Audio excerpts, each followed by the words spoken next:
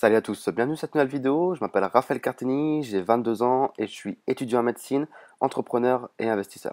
Je suis l'auteur de ce site internet clubmillionnaire.fr qui a pour but en fait d'aider les gens à se motiver et à passer à l'action pour investir, construire leur futur et se garantir des revenus passifs. Je suis également l'auteur du site clubmédecine.fr qui a pour but de motiver les étudiants en médecine et surtout les aider à passer la première année de médecine qui est un concours très difficile. J'ai deux locations saisonnières qui tournent dur pour moi. Je loue également une cave. J'ai aussi un réseau dans une société de marketing de réseau et j'investis un petit peu en bourse via un PEA.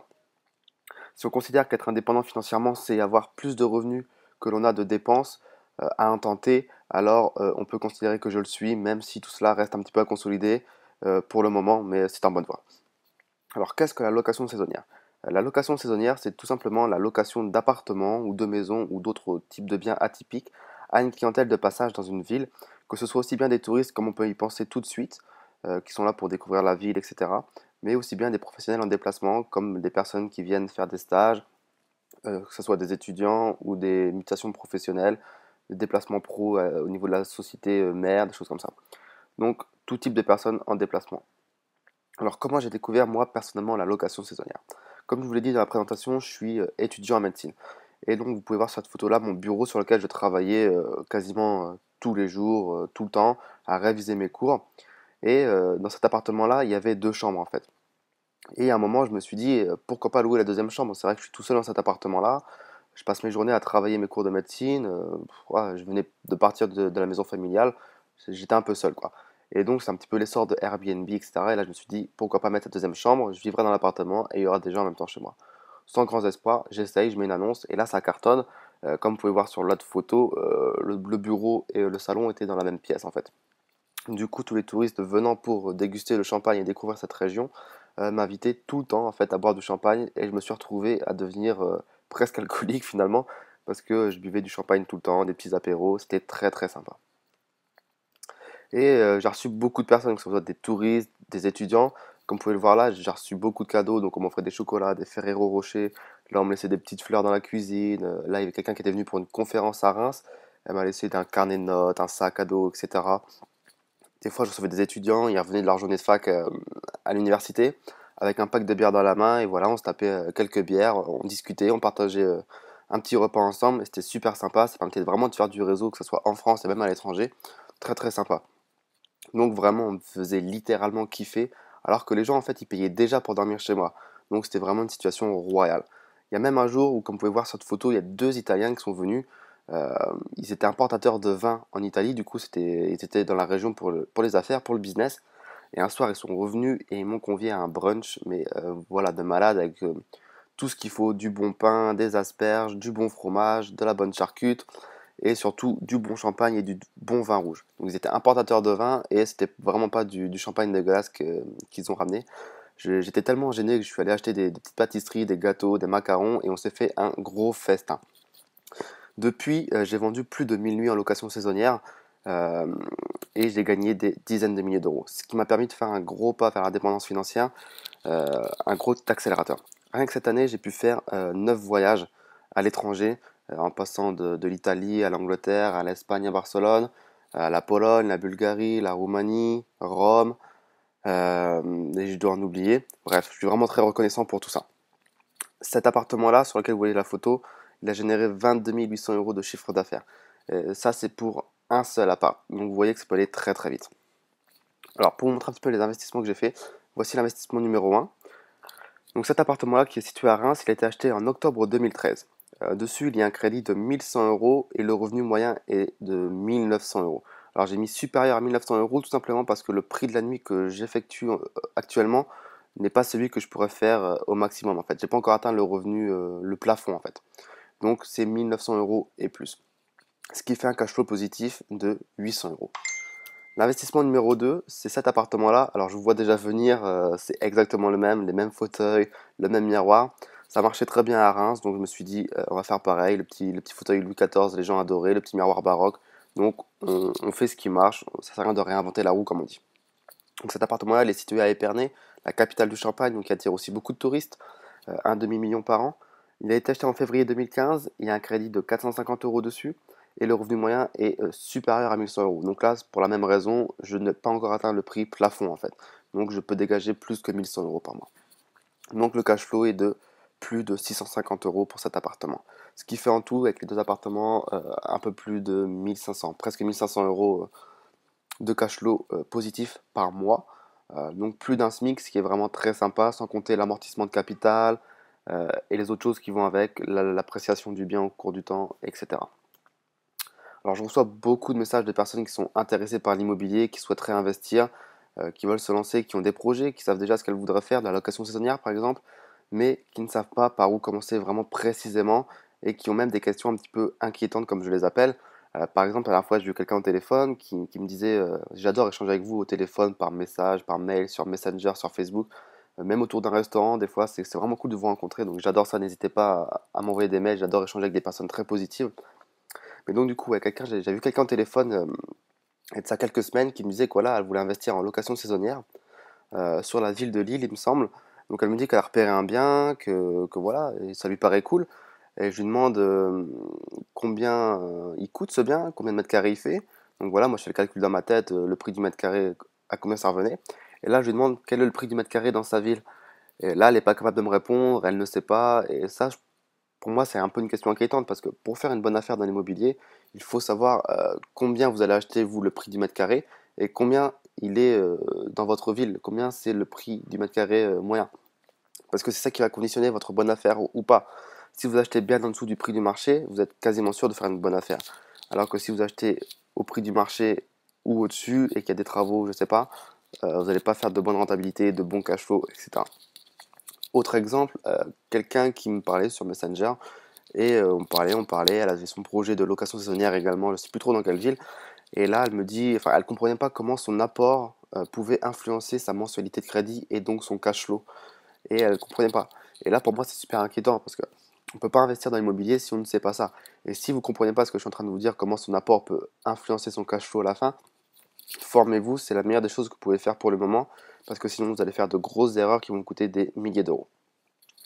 Alors il y a aussi des gens qui pensent un peu tout savoir, qui se disent que les formations ça sert à rien, il y a tout sur internet, c'est gratuit, sauf que bah non, la formation c'est un très très gros raccourci. Vaut mieux se former auprès de personnes qui ont déjà fait ce qu'on veut faire, parce qu'elles savent les erreurs, ce qu'il ne faut pas faire, elles ont les astuces, etc. Ne soyez pas un petit peu hautain, ne pensez pas tout savoir, ne pensez pas qu'on peut tout faire tout seul. Il faut s'entourer de personnes qui ont déjà fait ce qu'on veut faire, c'est primordial, vous allez gagner beaucoup de temps, et le temps, comme on le sait tous, c'est de l'argent.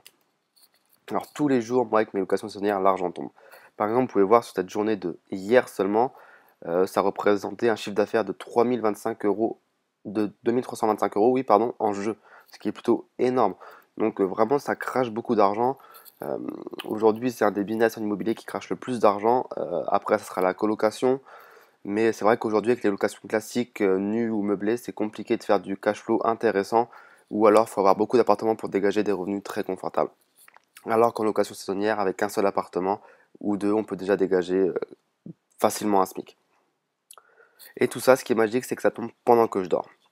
Littéralement, je vends des nuits, donc pendant que les gens dorment et pendant que je dors, eh ben, l'argent tombe. Là, vous pouvez voir un screen des versements déjà effectués pour l'année 2015 de 14 223 euros et des versements en attente de 2 904 euros pour la fin de l'année. On est aujourd'hui en septembre. Ça correspond à un seul appartement et à un seul site. Donc vous voyez que si on rajoute les autres sites, si on rajoute les réservations en direct, si on rajoute tout ça, ça fait que ça dégage vraiment beaucoup de cash à l'année. Alors attention, tout ça, ce n'est pas de l'argent facile, ne tombez pas dans ce piège-là. Certes, ça crache de l'argent, mais il va falloir travailler, trouver le bien, bien l'agencer, bien le meubler, etc. Et aussi gérer tout ce qui est la gestion de l'appartement. Aussi bien l'entrée des lieux, le ménage ou la compta, tout ça, tout ça. Donc c'est pas de l'argent facile, rayez cette idée de votre tête. Alors justement, j'ai créé une formation pour vous suite à plusieurs demandes et parce que je sens que la location saisonnière est un business qui intéresse beaucoup de monde, qui intrigue et que je sens que vous voulez vraiment savoir plus. Dans cette formation, je vous ai vraiment tout mis de A à Z. C'est vraiment tiré de mon expérience sur le terrain, de l'expérience des autres personnes que je côtoie au quotidien qui font la location saisonnière, qui cartonnent sur Marseille, Aix-en-Provence, Bordeaux, Nantes, Paris. Il y a des gens qui cartonnent, même à Madrid. Donc vraiment, j'ai un bon réseau et une bonne expérience et c'est pour ça que je vous ai créé cette formation. pour que vous sachiez tout de A à Z. Dans cette formation, du coup, j'aborde tout. Comment choisir le bon bien, quel bien va marcher, ce qui ne marche pas, où faut l'acheter, est-ce qu'il faut payer un peu plus cher son bien pour avoir un premium ou pas, je vous dirai tout. Comment estimer la valeur locative de son bien? Acheter un appartement, c'est bien, mais c'est bien aussi de faire son prévisionnel, de savoir si on va pouvoir le louer ou pas et à combien. Donc du coup, faire son prévisionnel, estimer le cash flow, sa rentabilité, combien ça va coûter par mois et combien il faut que ça nous rapporte du coup pour qu'on ait du cash flow. C'est important de faire un prévisionnel pour savoir où on va. N'achetez surtout pas un appartement sans l'avoir fait au préalable, sinon vous allez droit dans le mur. Bien rédiger son annonce. Il y a des choses qu'il faut faire, d'autres qu'il ne faut pas faire. C'est pas quelque chose qu'on délaisse au hasard. Il y a un protocole bien précis. Il faut commencer par quelque chose et terminer par quelque chose. Je vous dirai comment bien la rédiger pour qu'elle cartonne. Sur quel site être présent. Certains sites vont vous rapporter une réservation tous les 3 ans, pendant que d'autres vont vous en rapporter une tous les 3 jours. Donc ne perdez pas de temps à faire tous les sites, je vous dirai ceux qui marchent et sur lesquels il faut que vous soyez à tout prix. Quel choix de mobilier? Un mobilier à la fois classe, sympa, épuré, facile pour l'entretien et qui dure dans le temps. Je vous dirai les enseignes dans lesquelles je me fournis, je vous dirai vraiment ce qu'il faut que vous achetiez. Et sur quoi aussi insister comme mobilier. Alors comment gérer les relations avec ses locataires? Vous allez voir beaucoup de monde, c'est pas comme une location meublée où vous mettez quelqu'un et puis vous l'oubliez un peu et il vit. Là vraiment ça va tourner tous les 3 jours, tous les 2 jours, tous les 4 jours, je sais pas. Mais il va falloir gérer les rotations et les relations, comment faire en sorte qu'il soit content et qu'il vive une expérience vraiment très sympa. Comment optimiser son temps comme un chef? On vient de le dire, ça prend beaucoup de temps, il y a de la gestion locative, ça tourne, mais il y a des astuces pour optimiser son temps et faire en sorte qu'on en gagne, quoi. Comme je vous disais, le temps c'est de l'argent, il faut l'optimiser. Comment battre les autres? Alors je sais pas si vous le savez, mais il y a vraiment une grosse concurrence qui est en train de se créer. Les gens ont compris que la location saisonnière était un gros business et du coup tout le monde veut en faire. Le problème c'est qu'il y a beaucoup d'annonces maintenant en ligne et qu'il faut vraiment faire la différence. Montrer qu'on est là et arriver en top position. Donc je vous dirai comment battre les autres. Qu'en est-il de la gestion, la fameuse? Comment on fait? Est-ce que c'est possible? Est-ce que ça coûte cher? Est-ce que ça détruit pas la rentabilité et le cash flow? Auprès de qui on fait de la gestion? Je vous dirai tout. Comment s'assurer? C'est un business, c'est comme une entreprise à la location saisonnière, il faut être clair là-dessus. Donc vous avez des obligations et vous devez aussi être rassuré. C'est très important à la fois pour vous et pour vos locataires. Quelles obligations juridiques? Comme je vous disais, c'est comme une entreprise, du coup vous avez des obligations. Qu'est-ce que vous devez faire? Auprès de qui? La mairie, les impôts, tout ça, je vous dirai exactement ce que vous devez faire. Comment déclarer ses revenus? 1 euro gagné, c'est 1 euro qui doit être déclaré. C'est comme ça. Ne faites pas l'erreur de certains de ne pas déclarer les revenus issus des locations saisonnières. C'est une très grosse erreur. Déclarez tout, je vous dirai comment il faut faire, quel statut il faut prendre, combien ça va coûter au niveau des impôts, je vous dirai tout. Les dangers de la location saisonnière. Alors c'est pas tout rose. Certes, tout le monde dit que c'est bien, il y a de l'argent et tout, mais c'est pas non plus tout rose. Je vous dirai quels sont un petit peu les dangers, ce qu'il faut faire, sur quels points il faut faire attention, et voilà. Je vous donnerai également des interviews de loueurs aguerris, donc c'est des gens qui font de la location saisonnière sous forme de podcast audio. Donc vous passerez de gens qui font ça en tant que vrai business tout le temps à d'autres personnes qui font ça en tant que complément de revenus en vivant dans l'appartement. Vous aurez différents types de profils, ce sera très intéressant, vous verrez. Quel avenir pour la location saisonnière? Alors est-ce que ça va durer dans le temps? C'est vrai qu'il y a un petit peu la pression de tout ça. On entend beaucoup parler dans les médias, ça fait un petit peu le buzz. Moi je vous dirai très clairement mon avis. Vous verrez, vous verrez. Donc toute cette formation elle est sous forme de vidéo sur une plateforme, un espace membre qui vous sera vraiment dédié à vous, accessible H24, 7 jours sur 7 sur PC, Mac, tablette, ce que vous voulez. Vous retrouverez toutes les vidéos, donc les 30 chapitres. Vous retrouverez également les PDF résumés et vous aurez vraiment tout à disposition quand vous voulez. En plus de ça, je vous donne accès à 5 bonus qui vous seront vraiment très précieux. Le bonus numéro 1, c'est la checklist Airbnb. Donc c'est vraiment pour savoir tout ce que vous devez faire pour être référencé au top sur Airbnb et atteindre la première page. Tout. Airbnb, c'est un gros site moteur, je vous le dis tout de suite, vous devez à tout prix être dessus. Le deuxième bonus, c'est mon fichier de gestion client personnel. Vous avez beaucoup de clients qui vont venir, il faut savoir quand est-ce qu'ils viennent, quand est-ce qu'ils repartent, de où ils viennent, de quel pays, de quel site, combien ils vont vous rapporter, combien ils vous doivent sur place encore, leur numéro de téléphone. Bref, toute une multitude d'informations et tout ça, vous devez les regrouper dans un fichier client à la manière d'un hôtel finalement pour être organisé quoi, clairement. D'autant plus que si vous avez plusieurs appartements, ça va devenir très compliqué de tout faire à la tête. Donc, je vous file mon fichier de gestion client, c'est très important. Le bonus numéro 3, c'est l'accès à un groupe Facebook privé qui regroupe des propriétaires bailleurs en location saisonnière. Donc, c'est parfait pour échanger si vous avez des questions, un doute. Je suis également dans le groupe. Donc, on répondra tous ensemble à vos questions. Le bonus numéro 4, tous mes documents types. Donc ça regroupe 18 documents. Ça passe du contrat de location en français et en anglais à l'exemple de facture, à l'offre, aux documents pour faire une offre, à tous les points qu'il faut checker lorsqu'on fait une visite d'un bien immobilier, à ce que je laisse dans mon appartement, donc les petites affichettes, enfin vous verrez tout, au welcome pack, au règlement intérieur, aux documents pour la gestionnaire si vous en prenez un. Bref, il y a vraiment tout, l'état des lieux, la totale. Et le bonus numéro 5, c'est mon fichier de suivi des charges. Donc ça, c'est pour lister vraiment toutes vos charges, que ce soit au niveau de l'acquisition du mobilier, des trucs récurrents comme l'électricité, assurance, tout relatif à votre activité, dans le but de faciliter votre déclaration aux impôts ou le travail du comptable si vous en prenez un. Enfin, ça, on en parlera ensemble dans le chapitre dédié à la juridique, au juridique, mais je vous le file, c'est très important. Donc, il y a pour une valeur de plus de 268 euros, avec le bonus numéro 3 qui est inestimable vu que c'est très important et ça n'a pas de valeur. Mais tout ça, c'est offert, c'est pour vous. Alors, le prix de cette formation, il est de seulement 197 euros. Il faut vraiment voir ça comme un investissement et surtout, il faut voir que c'est à peine le montant de 3 nuits en location saisonnière. Et encore, si vous avez seulement un appartement, si vous avez plusieurs appartements, moi par exemple, ça représente une nuit et demie de location, ce qui est vraiment minime par rapport à l'ajout de valeur que vous allez avoir dans cette formation. En plus de ça, vous ne prenez vraiment aucun risque puisque tous les risques sont pour moi. Vous avez la garantie satisfait ou remboursé pendant 30 jours.